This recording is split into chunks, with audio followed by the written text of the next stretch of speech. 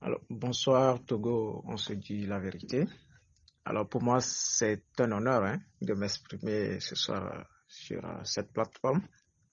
Je suis bien évidemment Alassane Farhadi, désigné comme Alaf sur les réseaux sociaux. Je suis juriste de formation.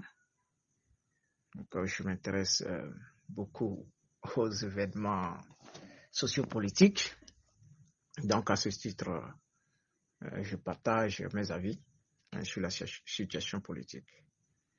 Et bien, donc j'espère que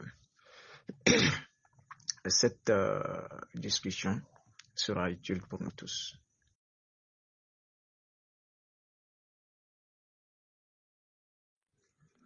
Oui, nous venons d'avoir quelques images du meeting organisé par la jeunesse de l'Alliance nationale pour le changement.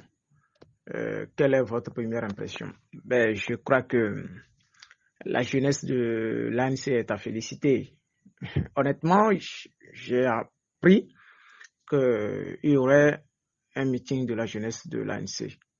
Mais avec la pluie, surtout au niveau de Agoy, je ne sais pas ce qui s'est passé en ville, à partir déjà de 13 heures.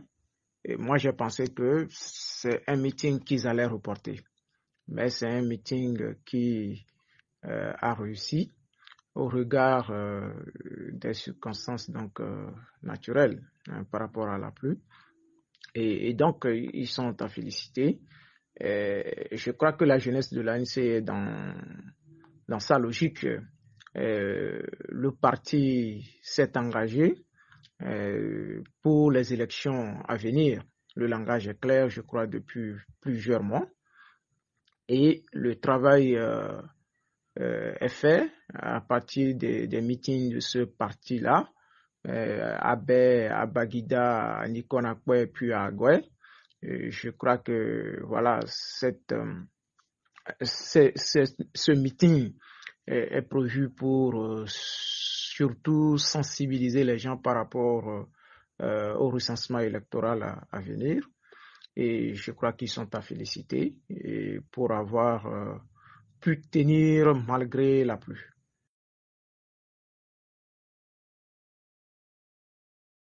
Alors, en juillet 2018, Gilbert Bahara déclara dans un entretien, je cite, « Il n'y aura plus jamais d'autre 19 août 2017 ».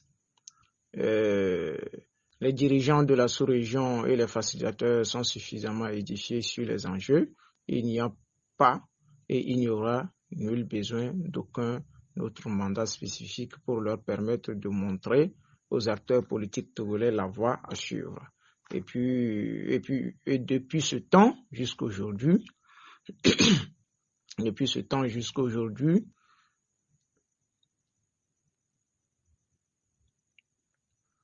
l'opposition peine à mobiliser les Togolais, comme d'habitude. Selon vous, peut-on avouer aujourd'hui que le ministre Gilbert Bahara est un prophète? Et qu'est-ce qui peut expliquer cette déclaration du ministre qui rime avec ce désintérêt de la politique par la population togolaise? Alors, est-ce que le ministre Bahara est un prophète? Bon, vous savez, c'est une expression qui est récurrente maintenant dans notre langage au Togo, parce que nous sommes des croyants dans notre pays. Et malheureusement, à partir de cette croyance-là, les gens essayent de capter notre esprit en utilisant des termes religieux. D'accord? Est-ce que M. Bahara est un prophète? Moi, je dis carrément que ce non, il n'est pas un prophète. Par rapport à ce qui se passe, il n'est pas un prophète. Je peux dire que M. Bahara a émis un souhait de ne plus voir se reproduire un événement comme celui du 19 août 2017. D'accord? Parce qu'il ne faut pas oublier, après le 19 août, les mouvements gigantesques qu'il y a eu avec la C14, ces mouvements-là qui ont amené finalement le chef de l'État à l'extérieur de notre pays à solliciter un dialogue de la part de ses opposants. Vous comprenez? que ce régime-là avait une grande pression. Donc, pour eux, ce n'est pas imaginable de revivre cette situation-là. Et voilà pourquoi il émit son vœu, le vœu de ne plus revoir donc, un événement comme celui du 19 août 2017. D'accord? Il exprime quand même avec une certaine certitude et avec sa conviction, mais cela voilà, ne fait pas de lui un prophète, puisque ce qu'il redoute arrivera tôt ou tard, si les conditions, si eux-mêmes ne décident pas de changer les conditions. Alors, parlant des facteurs de désespérance toujours du peuple togolais, on peut aussi regretter l'incohérence de notre classe politique. Vous voyez, l'incohérence de notre classe politique et des personnes qu'on a vues ensemble aujourd'hui, du jour au lendemain, on les voit, ils sont devenus des chiens et chats. Vous voyez, ce n'est pas un bon message à l'égard du peuple. Les gens ont l'impression que bon, les gens ne savent pas ce qu'ils veulent. Vous voyez, vous avez quelqu'un, par exemple, j'ai parlé tout à l'heure de l'appel lancé à M. Jean-Pierre Fapatikpi à Tchedam, mais qui lance un appel à un parti, à un leader. Le leader vient, on commence la lutte, et bizarrement, c'est ce monsieur-là qui l'a appelé pour venir l'aider à clôturer la lutte, qui devient son principal ennemi. Vous voyez, au point d'orchestrer des sabotages contre la personne. Vous voyez, au point même d'organiser physiquement des gens pour le huer. Vous voyez, c'est vrai qu'aujourd'hui on ne peut pas dire mais que Tchadam il a fait ça, mais il y a des choses qui laissent croire que il est conscient de cela ou il a sciemment fait laisser passer une telle chose dont il en avait conscience. Vous savez, puisque on se souvient lors des élections locales de 2019, le groupuscule qui avait crié, hué M. Jean-Pierre Fabre à Sokodé, scandait après Atchadam. Vous voyez? Et après, on a même dit, dans cette vidéo qui a circulé et tout le monde a vu, on a même dit qu'au lieu de voter pour Fabre, on préfère voter fort. Mais cela n'a pas inquiété les leaders du PNP, notamment Salifou Tikpi Atchadam. Ça ne l'a pas inquiété, il ne s'est jamais prononcé là-dessus. Vous voyez? Et la conséquence, c'est que les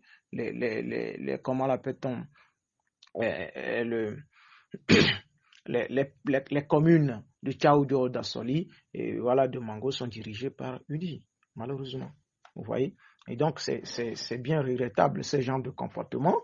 Vous voyez, je peux donner un autre exemple de Madame Adiamagbo, par exemple. Vous voyez? Madame Adiamagbo qui partenaire politique depuis longtemps de M. Jean-Pierre Fabre, parce que, bon, ils ne s'entendent pas sur un certain nombre de points, et se permet de faire une affirmation. À son niveau, on ne peut pas dire qu'elle ne comprend pas comment est-ce que les maires sont élus. Mais quand il fait cette affirmation qu'on est allé négocier une mairie, alors qu'elle peut vérifier comment est-ce que la majorité municipale, communale est formée, eh bien, c'est inquiétant, vous voyez. Et c'est des choses qui laissent du discrédit sur des leaders, de telle sorte que les militants, les sympathisants, les partisans de l'opposition ne se retrouvent pas. Vous voyez. Donc, c'est des choses. Et même quand on va loin avec le discours de de Monseigneur Podro. Vous voyez, Monseigneur Podro qui dit, bon, voilà, c'est des gens, c'est des corrompus, c'est des Judas, des trucs. Et après tout, bon, on va voir le Judas, le corrompu pour soutenir. Et, vous voyez, c'est des incohérences qui laissent le peuple perplexe et qui font que parfois certains se désintéressent de la vie politique. Vous voyez, c'est aussi regrettable que au sein de l'opposition, les gens puissent adopter des comportements qu'on dénonce au niveau du régime. Vous voyez, on a souvent dénoncé le régionalisme, l'exploitation de l'ethnie par le régime en place. Et aujourd'hui, on constate que au sein de l'opposition, les gens exploitent aussi bien l'ethnie, les tribus et que la religion. Vous voyez, et ça c'est la plus grave des choses. Vous voyez. Et donc, sur ce point-là, c'est un gros problème. Imaginez si vous avez des gens qui sabotent les autres sur la base du Saint-Esprit. Donc, dans une église, notamment l'église, bon, on peut dire c'est le christianisme. Et vous avez d'autres qui sabotent les autres sur la base de l'islam. Vous voyez. Et des deux, qu'est-ce qu'on peut retenir? C'est du désordre. D'accord? C'est du désordre des gens. C'est comme si les gens voulaient faire la politique pour une religion, si on voulait faire la politique pour un certain citoyen d'une certaine croyance, vous voyez. Et donc, ça n'augure pas du sérieux, ça ne fait pas sérieux dans l'opinion. Et voilà, ce sont des choses, malheureusement, qui amènent des gens à rester, bien évidemment, voilà, sans intérêt pour la chose politique. Voilà. Eh bien, si vous voulez que je sois un peu plus clair, c'est que on constate que il y a un parti, d'accord, notamment l'ANC, qui est attaqué par des gens qui se réclament, d'accord, de l'islam, d'accord. On attaque un leader en manipulant la religion et voilà, et on les attaque également de l'autre côté. Et finalement, on se demande, mais eux là, est-ce qu'ils ont une croyance? Vous voyez? Et donc, en fait, ce que je veux dire, c'est que les populations, même les croyants d'un niveau le plus élevé, doivent comprendre que la politique doit être distinguée de la religion. D'accord? Et donc, ceux qui passent par la religion pour manipuler les frères, leurs parents et autres, des membres d'une certaine communauté, n'entendent pas faire une bonne politique. En bref, ils ne sont pas des nationalistes. Vous voyez? Et voilà, c'est le terme. Ils ne sont pas des nationalistes. Un nationaliste convaincu ne peut pas baser sa lutte sur des religions, ne peut pas baser sa lutte sur une région, par exemple. Il ne peut pas être tribaliste, vous voyez, il ne peut pas être régionaliste. Vous voyez, et c'est en cela que moi, je critique personnellement certains qui se réclament d'un parti comme l'ANC, quand c'est voilà, un parti héritier du nationalisme au Togo, qui pourtant tient des langages voilà, ethnocentristes, tribalistes, vous voyez. Et c'est vrai que ce ne sont pas des responsables du parti, c'est vrai que ce ne sont pas des militants voilà, connus comme ça, mais quand quelqu'un se réclame de ce courant d'idées-là, il va falloir qu'il cesse un certain nombre de langages. Vous voyez, c'est ça qui distingue principalement, à mon avis, les tenants du courant donc du nationalisme. Pour les autres, oui, on sait que depuis notre histoire, les gens se sont réclamés, par exemple, du Nord pour empêcher qu'il y ait l'indépendance. Vous voyez, alors que voilà, du Sud au Nord, les nationalistes se sont battus pour que les Togolais votent pour eux, pour que le Togo, voilà, obtienne donc ça. Alors, sur la deuxième interrogation, qu'est-ce qui peut expliquer cette déclaration du ministre qui rime avec ce désintérêt de la politique par la population?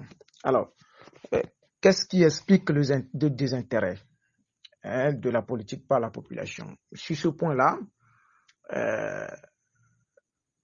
il faut reconnaître que le peuple togolais a une partie, on peut le dire, une grande partie, est désespérée. est désespéré. Et on peut dire aujourd'hui qu'il y a plusieurs facteurs qui contribuent à cette désespérance. D'accord? Et lorsque monsieur le ministre dit qu'il n'y aura jamais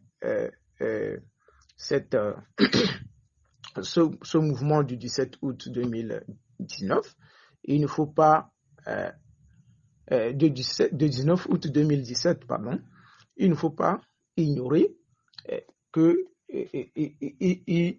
le gouvernement prend la mesure de la situation en essayant de faire en sorte d'empêcher toute mobilisation.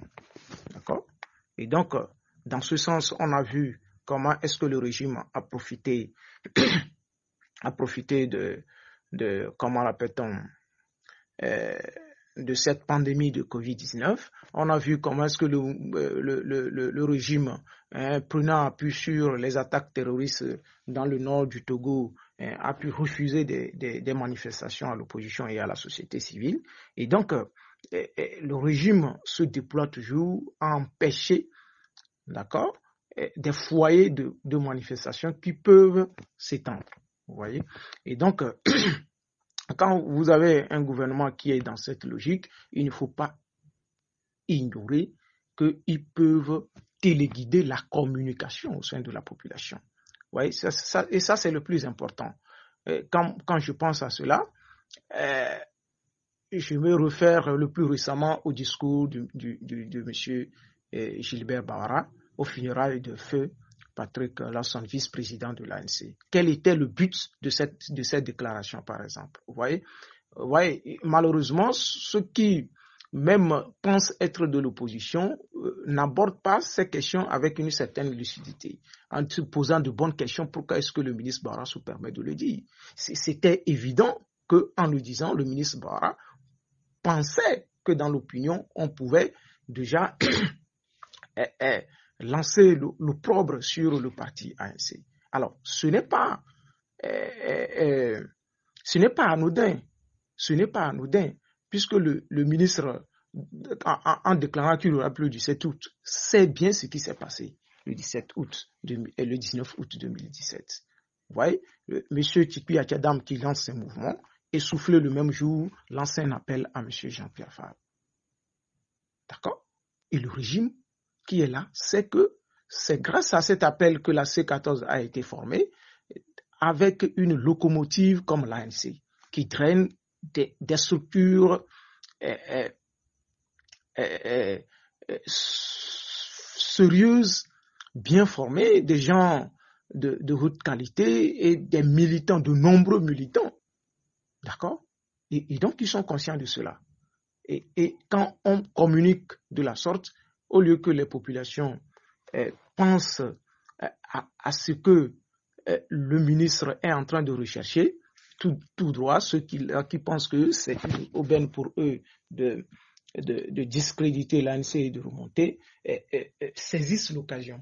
Ils saisissent l'occasion, alors que le ministre est dans son rôle, d'accord, celui-là, d'empêcher l'avènement d'un autre 19 août 2017. Vous voyez, parce qu'il a compris que la locomotive, c'était l'ANC. Vous voyez, et quand vous quittez là-bas, vous allez même dans les élections de 2020. Je suis désolé de revenir là-dessus, mais regardez un peu le parcours qu'on a eu pour aller faire le choix d'Agboume comme candidat de l'opposition à l'époque. Le Monseigneur Podro a continué par maltraiter candidat de l'opposition alors qu'il y avait plusieurs opposants qui participaient à cette élection-là. Et bon, donc on apprend que pour le choix de M. Agboume Kodjo, des anciens ministres du régime ont été contactés. Vous voyez, qui ont constitué le comité des sages, par exemple, qui ont proposé ce monsieur. Donc, ce n'est pas anodin. D'accord? Ce n'est pas anodin. Et quand vous quittez là-bas, il faut suivre la communication de M. Agboume Kodjo, lors des élections présidentielles. Et il dit, si vous ne voulez pas marcher de Bekondiendi à la plage, votez pour Agbomey. Si vous ne voulez pas avoir à réclamer après que on nous a volé, et si vous ne voulez pas qu'on vous lance des gaz, ben, votez pour Agbomey. Vous comprenez? Donc, c'était une manière de couper le cordon de la manifestation.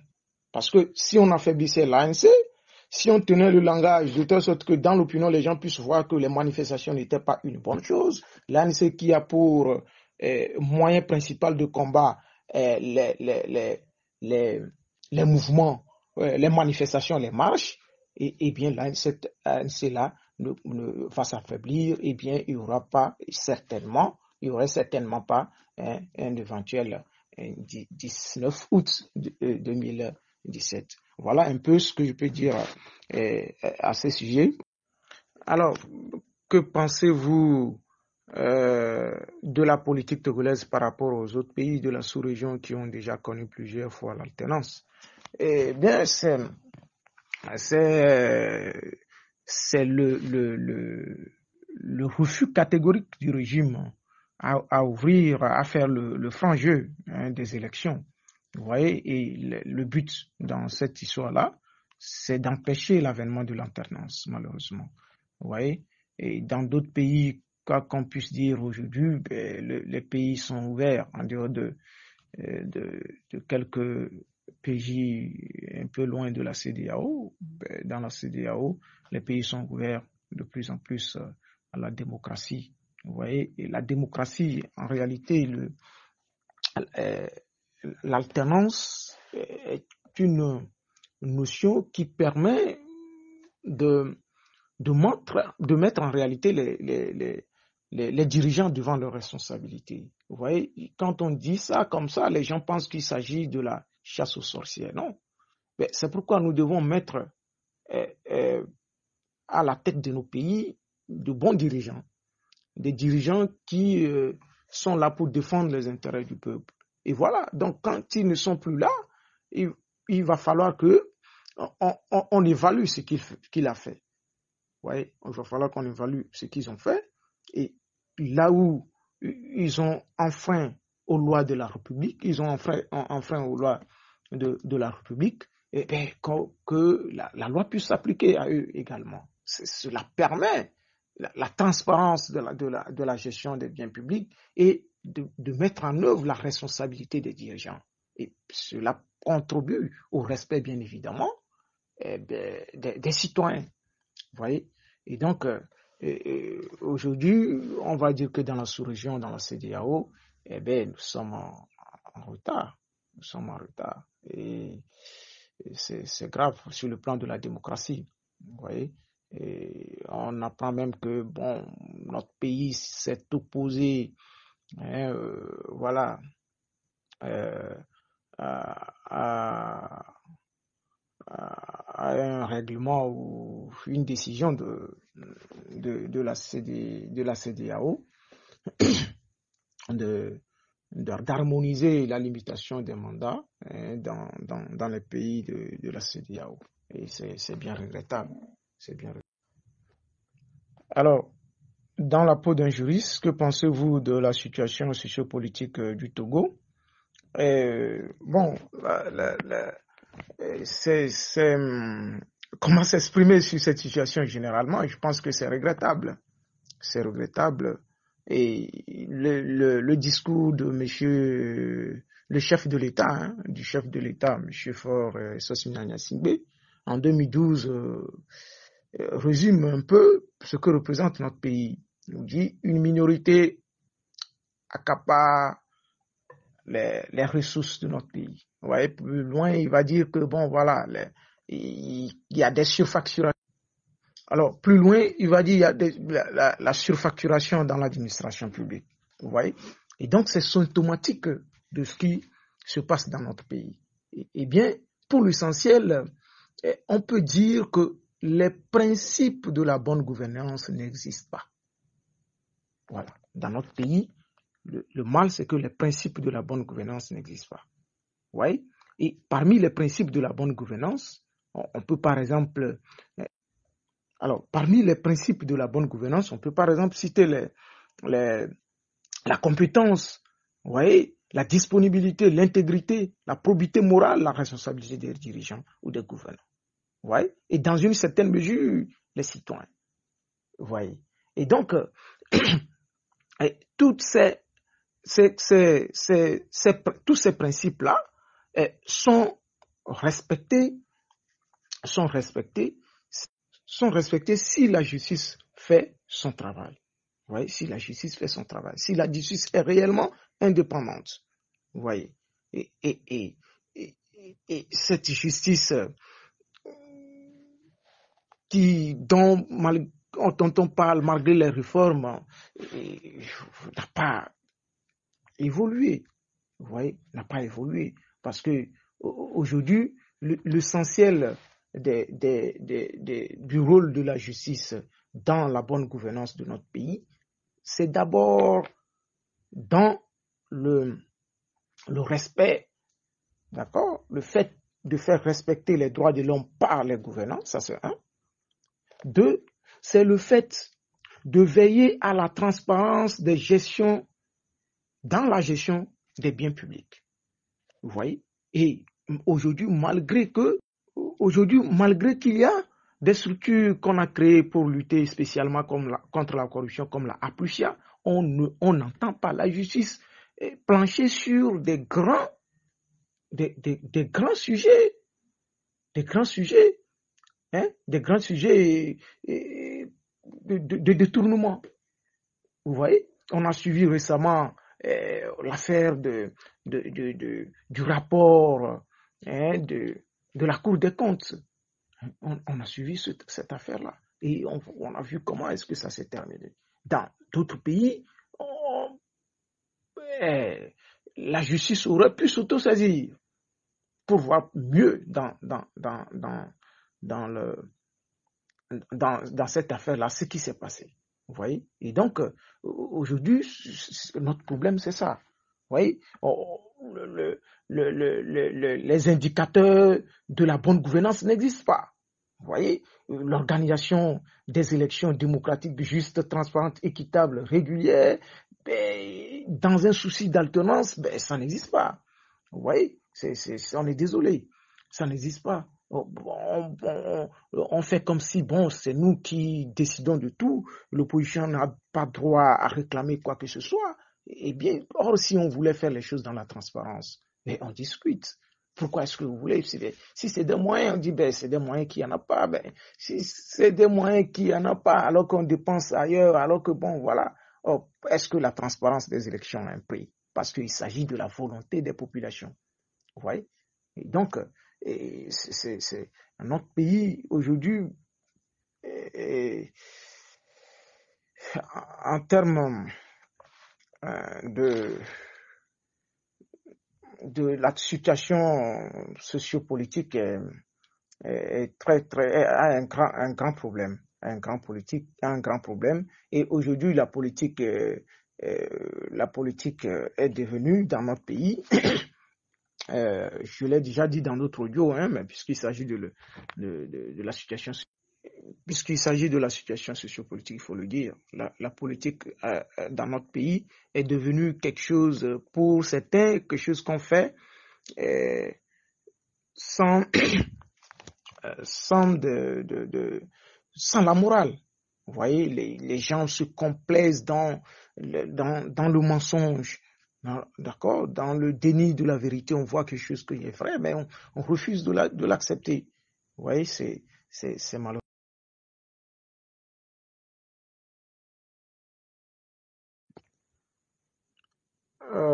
Vu le recensement général de la population et de l'habitat, le Togo regorge dans l'ensemble le moins d'habitants dans la sous-région, malgré ses moins de 9 millions d'habitants.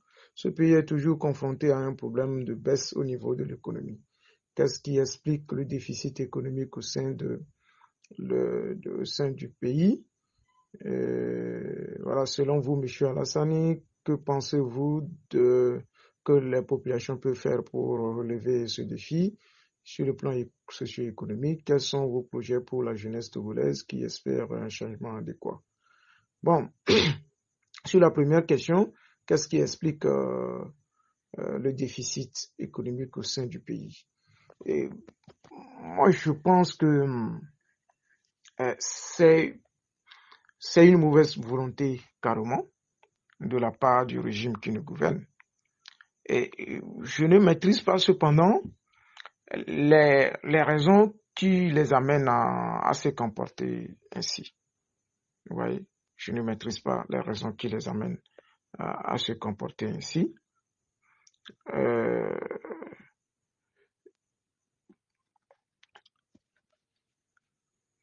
On voit des gens, on voit le ministre, le chef de l'État a parcouru récemment tout le pays à partir d'un programme, voilà. Et ces programmes-là existent depuis longtemps. Ces programmes-là existent depuis longtemps et les agriculteurs se plaignent toujours. Vous voyez, vous avez des programmes comme en SAT, vous avez des structures de livraison d'engrais qui reviennent très cher aux populations. Et pourtant, on dit, on subventionne, mais qui reviennent très cher aux populations. Vous voyez, on veut imposer une culture aux populations sans leur donner les moyens. Vous voyez, on dit, on veut des cultures vivrières. L'agriculteur qui travaille, lui, il a besoin des produits qui peuvent l'amener à mieux vivre. Les dirigeants, ils ne proposent pas de solution. Ils ne proposent pas de solution, malheureusement. Et ça rime. Cette mauvaise volonté rime avec ce que nous avons décrit tout à l'heure, la corruption. Ça rime avec ce que nous avons décrit tout à l'heure, la corruption. Vous voyez? Regardez la récente pluie. Je ne sais pas actuellement, je ne sais pas s'il a plu vers CB, comment ça va se passer. Mais regardez la récente pluie. Une nouvelle route. Les rétentions d'eau débordent. Les gens, l'eau envahit les maisons. Vous comprenez? Et donc, tout ça là, c'est symptomatique de la corruption, de la mauvaise gouvernance. Et pourquoi est-ce que les gens n'ont pas un bon niveau de vie? Moi, je pense que c'est carrément une mauvaise volonté du régime. On ne propose pas, on ne propose pas de vraies solutions. Chacun s'attache à ce qu'il pense ou au projet qu'il pense tirer le plus de bénéfices. Et voilà, c'est ce qui se passe, malheureusement. Alors, selon vous, que pensez-vous que les Togolais peuvent faire pour changer leur situation? Je crois que les Togolais sont des travailleurs, quel que soit ce que les gens ont pu dire. Les Togolais sont des travailleurs. Vous quittez ici, vous allez partout, les Togolais travaillent. Sauf que, voilà, quand on dit on encourage des gens à faire l'agriculture, on ne met pas des moyens. Les gens sont fatigués de faire l'usage de la houe, de la houe et de la daba. Vous comprenez? Donc, voilà. Qu'est-ce que les Togolais font? Tout ce qu'il y a lieu de faire aujourd'hui pour les Togolais qui veulent réellement que les choses changent, c'est de se battre pour que le régime puisse être remplacé. Voilà, pour que d'autres personnes viennent mettre en œuvre leur stratégie de développement. Vous voyez? Comme ça, oui, on peut espérer que les choses puissent changer. Parce que, voilà, on a vu les mêmes personnes depuis plusieurs années, et on est resté dans les mêmes difficultés. Voilà, la ville de Lomé entourée de, voilà, la ville de Lomé, il y a le Zior, voilà, vers à Goëde, Togli là-bas, il y a comment appelle-t-on, la lagune, il y a la mer, mais bon, voilà, on n'a aucun plan d'assainissement où l'eau envahit chaque jour les gens dans la maison. Et donc, moi, je pense que, voilà, en termes sur le plan socio-économique, comment est-ce que les Togolais peuvent relever leur vie? C'est ça. Quand on travaille, c'est l'État qui donne des directives. C'est l'État qui propose des choses. C'est l'État qui oriente, d'accord, le développement et permet aux citoyens de vivre aisément. Ouais. Et donc, si ces gouvernements n'ont pas de solution, eh bien, il faut essayer autre chose. Eh bien, pour essayer autre chose, moi, je crois que il n'y a que d'avoir des élections. D'avoir des élections, donc, je crois que l'occasion est devant nous. Et il va falloir que les gens bien manifestent la volonté du changement à travers les urnes. Alors, quels sont vos projets pour la jeunesse togolaise qui espère un changement adéquat? Bon, là, on aurait pu poser cette question-là à un leader politique. Hein. On aurait pu poser cette question. Je crois que c'est trop osé de décliner là un projet pour la jeunesse, parce que moi-même, je suis dans la jeunesse. Je suis dans la jeunesse. Et donc, ce que je vais dire sérieusement sur ce point, c'est que il y a quelque chose que l'État peut faire à la jeunesse. C'est une doléance que je me permets d'exprimer ici sur votre plateforme. Mais que l'État cesse d'exploiter la jeunesse à travers ce qu'ils ont appelé le programme de volontariat. Que l'État cesse de manipuler la jeunesse. On ne peut pas prétendre se développer avec une jeunesse qu'on exploite, qu'on appauvrit. Ce n'est pas possible. Vous voyez? Eh bien, promenez-vous, pour ceux qui ont la chance de visiter les administrations, promenez-vous dans toutes les administrations, y compris à la justice, il y a des volontaires. Alors, pourquoi est-ce que là où il y a des emplois effectifs, l'État ne veut pas employer les gens pour travailler? Moi, je me pose cette question et je ne comprends pas. Vous voyez, je ne veux pas aller dire que je donne un projet pour la jeunesse, mais ce qu'on demande à l'État, d'employer les gens dans les services, au moins de l'administration, qu'on emploie les gens, leur payer le salaire qui leur convient. Au lieu de, on sait qu'il y a des postes dans l'administration, eh bien, on contacte la NVT, et puis, la déverse des gens, au bout d'un temps, on change, et puis ça recommence, c'est un peu perpétuel le recommencement. Moi, je dis, c'est un projet d'exploitation de la jeunesse. La jeunesse, est-ce qu'elle se rend compte? Je dis, qu'est-ce qu'elle peut faire? Vous voyez, qu'est-ce qu'elle peut faire? Hein? On a malheureusement une culture chez nous, en Afrique ou au Togo, on dit, à défaut de ce qu'on aime, on se contente de ce qu'on a. Vous voyez, les gens n'arrivent pas à dire non, parce que bien évidemment, on est en famille. Oui. Et donc, des gens qui ont souffert pour aller à l'école, il y a du travail. Ce n'est pas qu'il n'y a pas du travail. C'est ce qui m'inquiète, moi. Ouais, il y a du travail. Dans les administrations, vous constatez qu'il y a des postes vacants. Et on envoie maintenant des volontaires pour aller occuper ces postes. Mais qu'est-ce que l'État fait? Est-ce que c'est par manque de moyens? Pourquoi est-ce que l'État ne veut pas payer aux gens de vrais salaires? Vous voyez? Ça, c'est la doléance, la principale doléance. La seconde, à quoi nous sert ces zones franches-là? À quoi ça nous sert PIA? À quoi ça nous sert PIA? Zone franche PIA, à quoi ça nous sert? Vous voyez? Il ne s'agit pas seulement de payer au cadre, mais regardez ces milliers de personnes qui vont travailler dans la zone franche. Mais pour ceux qui sont à Gouaï, allez-y au niveau du pont de changeur, appelé communément échangeur, pont d'Agouaï, pour voir comment est-ce que le matin, les gens prennent des gros véhicules pour aller au boulot. Mais on se demande, quel est ce travailleur-là, ou bien ce travail-là qui ne donne même pas à son homme le moyen de transport. Mais ce sont des choses que nous, on aimerait voir améliorées par la gouvernance.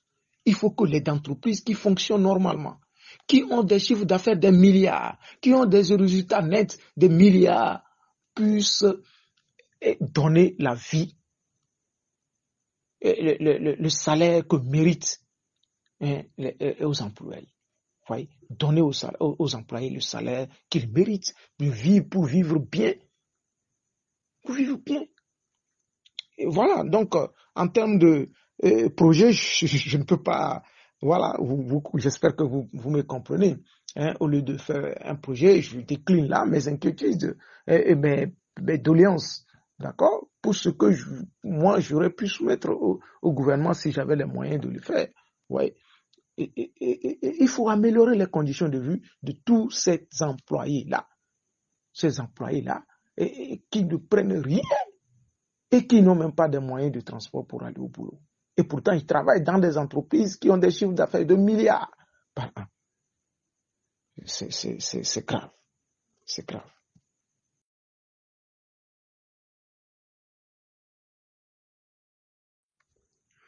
Alors, merci beaucoup pour m'avoir donné cette opportunité.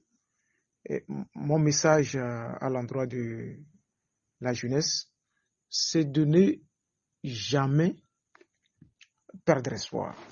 Ne jamais perdre espoir. Et surtout d'être confiant.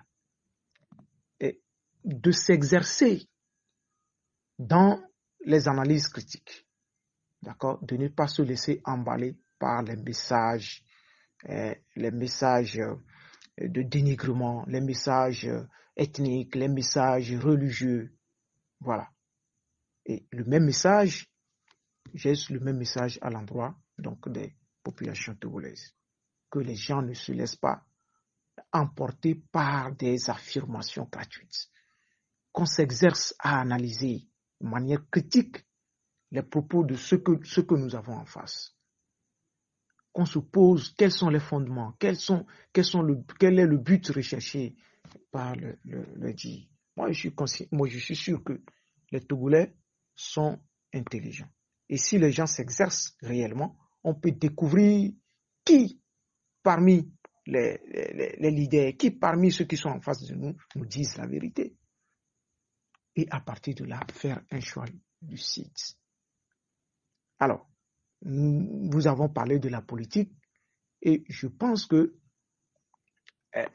les gens doivent surtout éviter de suivre ce qui leur propose comme solution l'abandon de la lutte. Quand on dit l'abandon de la lutte, ce n'est pas quand quelqu'un vient de dire cessez la lutte, on ne fait plus. C'est par exemple ceux qui vous disent les élections ne sont pas la solution. Mais sans vous dire quelle est la solution, comment ils pensent parvenir, quels sont les moyens et exactement à quelle date. Ils ne vous le disent jamais. Mais tout ce qu'ils trouvent à vous dire, les élections, ce ne sont pas la solution. Or, ce sont les élections, les mêmes élections qui ont permis au Togo d'accéder à sa souveraineté nationale, internationale. Pardon. D'accéder à sa souveraineté internationale. Et donc, il faut que les Togolais commencent par se poser de bonnes questions. Que les gens se préparent. Pour le prochain recensement à venir, allons-y prendre nos cartes d'électeurs. Regardons le paysage politique togolais. Détectons parmi eux les partis sérieux, les partis politiques sérieux. On n'est pas obligé de voir... quand même on demande aux gens, je suis désolé, je vais être plus long, quand même on demande aux gens d'être ensemble, mais ça ne permet pas aux citoyens de manifester leur liberté de vote. Parce que vous forcez des gens à voter dans un sens alors qu'ils n'auraient pas voulu voter pour quelqu'un qui est dans la liste. Oui. Et donc, même l'expression individuelle ou bien unilatérale par des partis présentés individuellement permet à la population de s'exprimer réellement pour des opinions qui sont en accord avec les leurs. Oui. Et donc, voilà, c'est sur ces propos que je voudrais remercier tous ceux qui sont là pour leur aimable attention.